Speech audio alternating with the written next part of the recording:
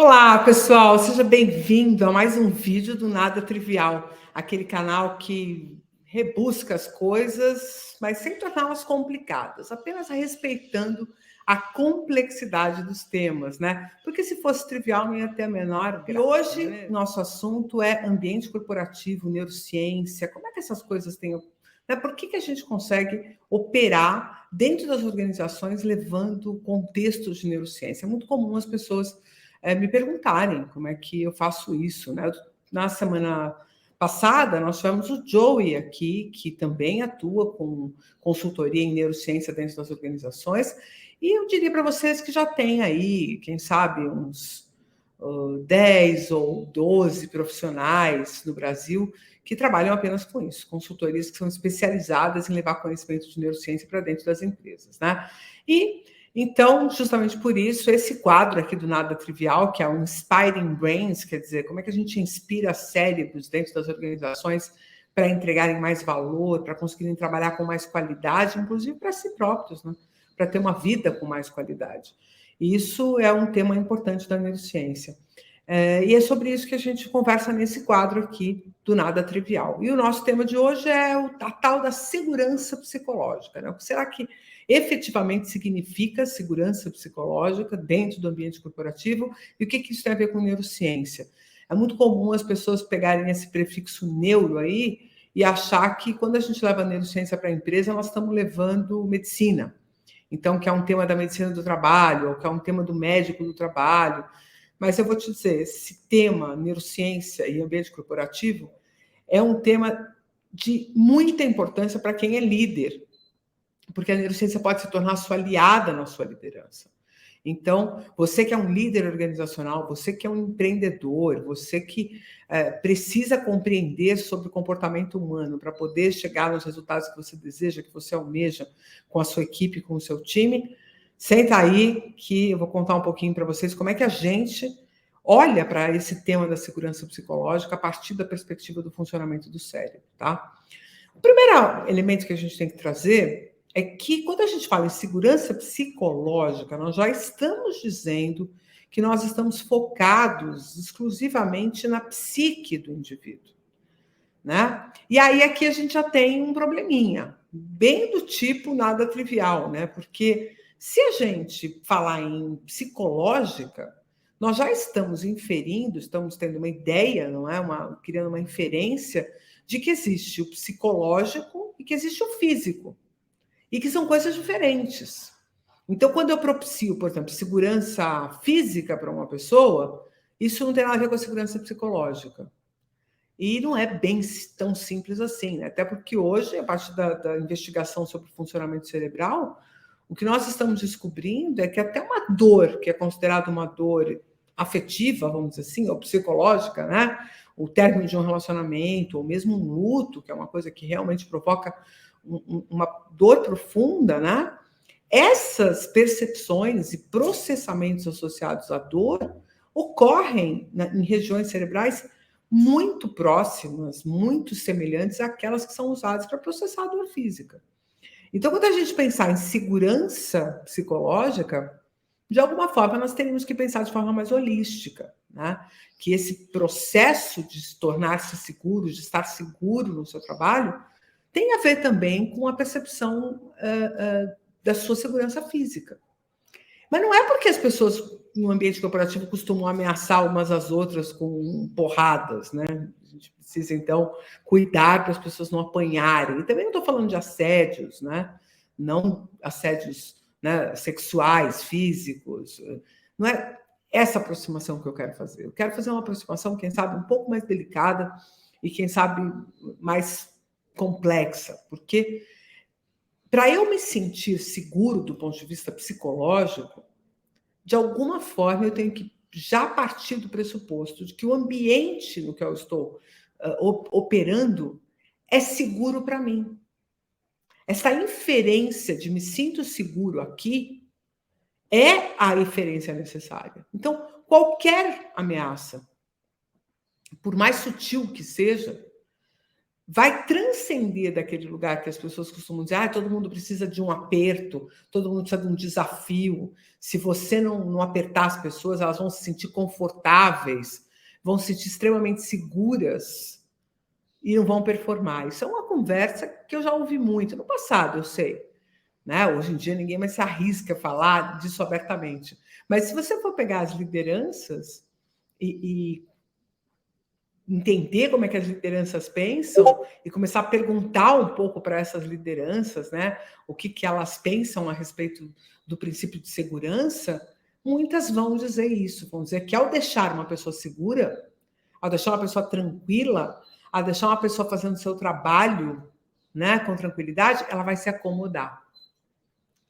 E é aqui que está o ponto, porque como é que a gente resolve a não acomodação? Como é que a gente quer dar solução para as pessoas não se acomodarem? A gente quer ameaçar. Eu vou colocar entre aspas, porque é possível que muito líder de empresa fique chateado comigo agora, porque eu usei essa palavra, né, ameaça, como se fosse uma coisa corriqueira. Mas olha só, quando você fala, olha, os principais vendedores desse time vão ganhar premiações, você percebeu que, de alguma forma, existe uma ameaça nesse texto, que é se você não performar, ou se você não for um dos melhores, você não vai ganhar a premiação? É uma coisa curiosa, porque a gente sempre está vendo pelo aspecto de quem vai ganhar. E se imediatamente eu sinto que eu não sou capaz de operar diante daquele cenário, que eu não tenho uma carteira de clientes, ou que eu não tenho uma condição, ou que eu nem estou vigoroso do ponto de vista físico ou psicológico, para poder atingir aquela meta que me foi posta, significa que nesse exato momento eu já perdi. Eu já estou partindo do pressuposto de que eu já não tenho, de que eu não ganhei, de que eu não alcancei.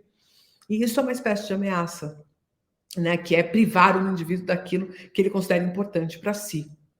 Então vamos pegar essa frase, né? Ameaça é toda vez que a gente priva alguém de alguma coisa que essa pessoa sente ser importante para a sua adaptação, para a sua convivência naquele ambiente, para a manutenção desta pessoa de uma forma mais produtiva, com uma entrega melhor.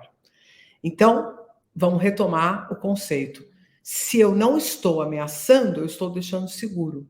Mas se eu acho que é através de um jogo de barganhas, de promessas, de metas, que terão que ser cumpridas para o indivíduo ganhar alguma coisa ou para ele avançar na sua carreira, eu estou fazendo barganha. E, de alguma forma, eu estou criando um ambiente inseguro, que é um ambiente que permite que eu não alcance a coisa caso eu não performe da forma como está sendo esperado, né? E esse ambiente, em geral, ele tem baixa tolerância ao erro, porque não é uma questão do líder trabalhar bem com o erro ou fazer uma boa gestão do erro. O próprio indivíduo não aceita errar, porque diante daquele conceito de erro, ele pode estar perdendo aquela condição, ou ele pode estar perdendo aquele espaço que ele estava querendo almejar. Então, o primeiro aspecto que a gente tem que lidar em relação à segurança psicológica é a gente compreender se existe um ambiente onde o indivíduo não se sente ameaçado. E aí, a leitura do nosso cérebro sobre essa ameaça não tem muita diferença se eu considerar que é uma ameaça física, tipo, vou apanhar, né? Obviamente que isso é mais grosseiro, mas existem determinados tipos de ameaças psicológicas, vamos colocar aqui o termo, que são ainda mais severas, né?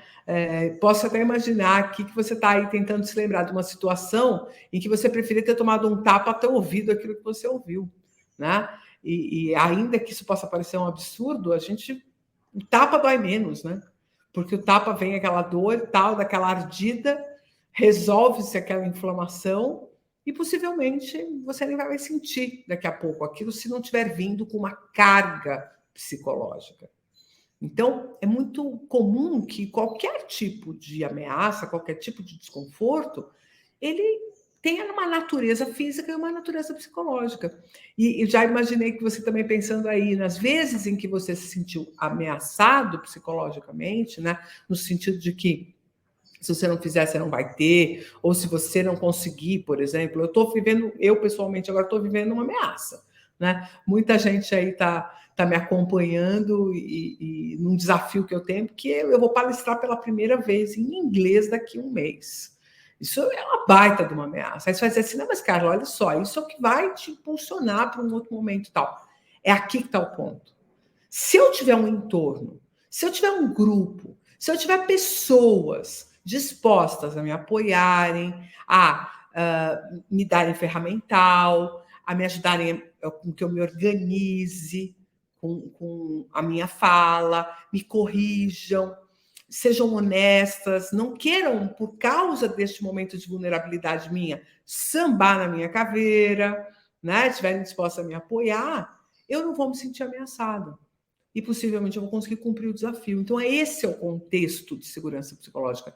O contexto de segurança psicológica não é um ambiente sem desafios. Não é um ambiente onde você não sobe degraus. Obviamente você sobe, obviamente você desenvolve sua carreira, obviamente você vai para um outro nível e busca um outro nível laboral. Mas você tem suporte, você tem apoio, você tem recurso. Tá? Então, para que eu não me estenda muito aqui para esse vídeo não ficar interminável, né?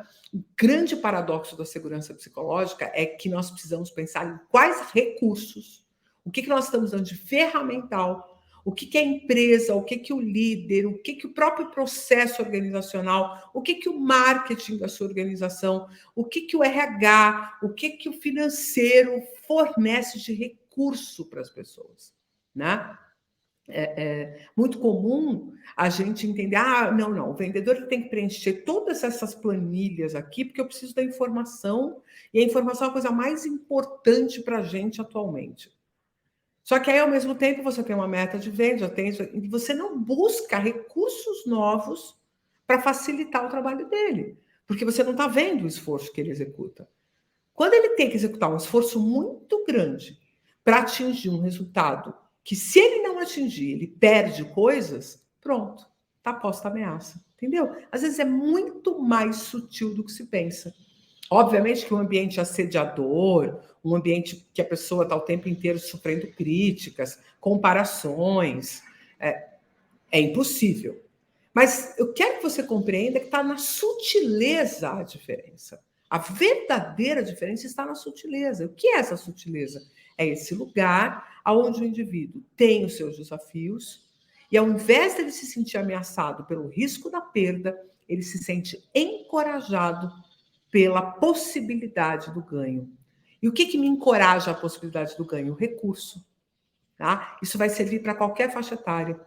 Se você está desafiado aí pelo seu filho que ajuda com a lição de casa, você pode perceber que onde ele se apavora e que realmente ele precisa de ajuda é quando ele não tem recurso.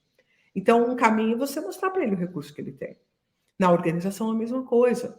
O seu liderado, ou com o seu líder, você discutir recursos. Dizer, olha só, quero fazer, estou disposto a fazer, mas eu não tenho os recursos para fazer isso. E, óbvio que não é mimimi, é o recurso correto, do tamanho correto. Obviamente, às vezes a gente precisa esticar um pouco a corda, mas é necessário uma coisa. É necessário que a pessoa entenda que existe um entorno preocupado que ela atinja o recurso, que ela tenha acesso ao recurso, que ela realmente seja capaz de cumprir com o desafio que foi posto e esteja pronto para comemorar com ela quando o desafio for cumprido, e não simplesmente apresentar o próximo passo.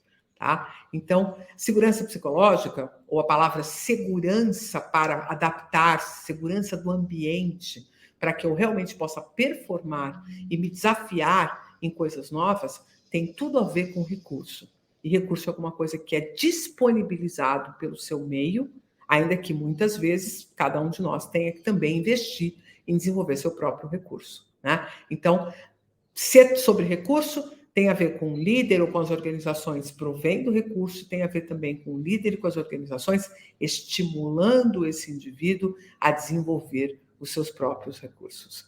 Tá? É sobre isso, segurança psicológica. Não tem nada a ver com um ambiente matriarcal, com um ambiente de que todo mundo vai ficar o dia inteiro recebendo carinho, colo, amor, afeto.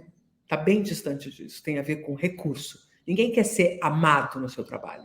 As pessoas querem receber de forma respeitosa tudo que elas precisam para entregar aquilo que lhe foi pedido.